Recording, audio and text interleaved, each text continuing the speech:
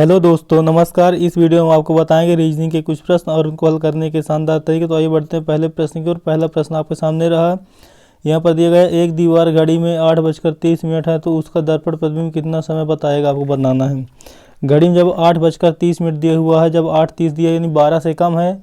जब भी आपका 12 से कम रहे, जब 12 से कम रहेगा तो उसको हम 11:60 से घटाएंगे। 11:60 का मतलब होता है 11:60 मतलब 12। अगर समय 12 से ऊपर रहेगा, अगर समय 12 से ऊपर दिया है तब आप उसको हटाएंगे 23:60 यानी 24 घंटा। 12 बज से जब ऊपर समय दिएगा मतलब वह 24 घंटे की घड़ी के अकॉर्डिंग किया गया, तो उसको 23:60 यानी 24 घंटे से घटाएंगे। और जब समय 12 बजे से पहले दिया हुआ है यानी वह 12 घंटे की घड़ी है, तो 12 घंटे की घड़ी में 11:60 अर्थात 12 बजे से उसको घटाएंगे। यहाँ पर 12 से कम है, 8:30 12 से कम है तो हम इसको 11:60 से माइनस करेंगे। 11:60 से जैसे ही माइनस करेंगे यहाँ पे 8:30 को, तो 8:30 को हमको यहाँ माइनस करना है। तो कितना आएगा, 0 में 0 आएगा, 6 में 3 जाएगा तो 3 आएगा, इसके बाद 11 में 8 जाएगा तो 3। इन 3:30 इस प्रश्न का आपका सही उत्तर हो जाता है। अब का ऑप्शन नंबर यहाँ पर हो जाएगा सी, 3:30। अब बढ़ते हैं अगले प्रश्न की ओर। अगला प्रश्न आपके सामने है। यहाँ पर दिया हुआ 18:40 का दर्पण प्रतिबिंब कितना होगा, आपको बताना है। तो 18:40 यानी 12 से ऊपर है, तो 12 से ऊपर रहेगा तो हमको 23:60 से घटाना पड़ेगा। इसको घटाएंगे तो कितना घटाएंगे, 18:40 दिए हो तो इसको घटाएंगे। जब घटाएंगे 0 में 0 हो जाएगा और 6 में 4 जाएगा 2 बचेगा, और फिर उसके बाद 3 में 8 नहीं घटेगा तो 13 हो जाएगा, 13 में 8 घटेगा तो 5 हो जाएगा, और 1 में 1 कुछ नहीं। तो यहाँ पर आपका 5:20 इस प्रश्न का सही उत्तर होगा। तो आपका ऑप्शन नंबर डी 5:20 इस प्रश्न का सही उत्तर है। अब बढ़ते हैं अगले प्रश्न की ओर। अगला प्रश्न आपके सामने रहा। यह एक कैलेंडर प्रश्न है। इसमें पूछा गया 100 वर्षों में कितने लीप वर्ष होते हैं। तो प्रत्येक 4 वर्ष में आपका लीप वर्ष होता है 1, और 8 वर्ष में होगा 2। ऐसे करके आपको पता होगा कि प्रत्येक 4 वर्ष में 1 वर्ष लीप वर्ष होता है।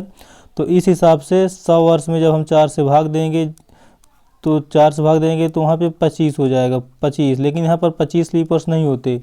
अगर ऐसे करते जाएँ 12 में हो जाएगा 3, फिर 14 में हो जाए, 16 में हो जाएगा 4, तो ऐसे ही 96 में होगा 24 या कुछ 24 लीप वर्ष होंगे 96 वर्षों में।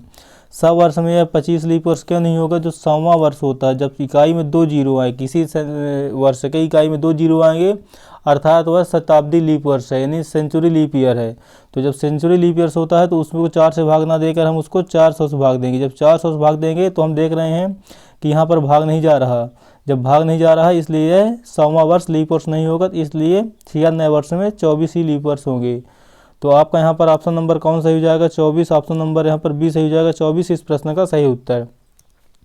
अब बढ़ते हैं अगले प्रश्न की ओर। अगला प्रश्न आपके सामने रहा।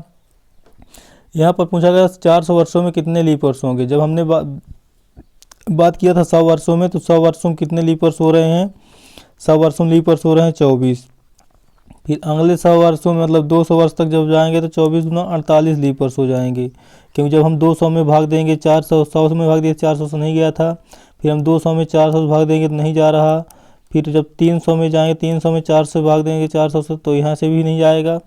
तो यानी 300 वर्ष में भी यहाँ पर 24 ही बढ़ेंगे, तो 24 नहीं 72 हो जाएगा।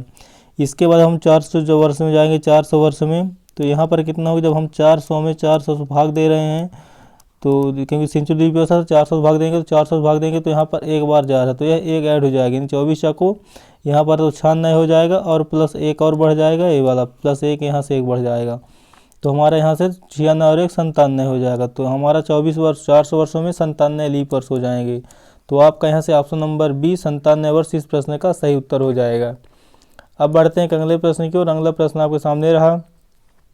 यहाँ पर पूछा गया यदि एक दीवार घड़ी में 5:10 है तो उसका दर्पण प्रतिबिंब कितना समय बताएगा। आपको बताना है दर्पण प्रतिबिंब कितना समय बताएगा जो 5:10 बजे हो दीवार घड़ी में।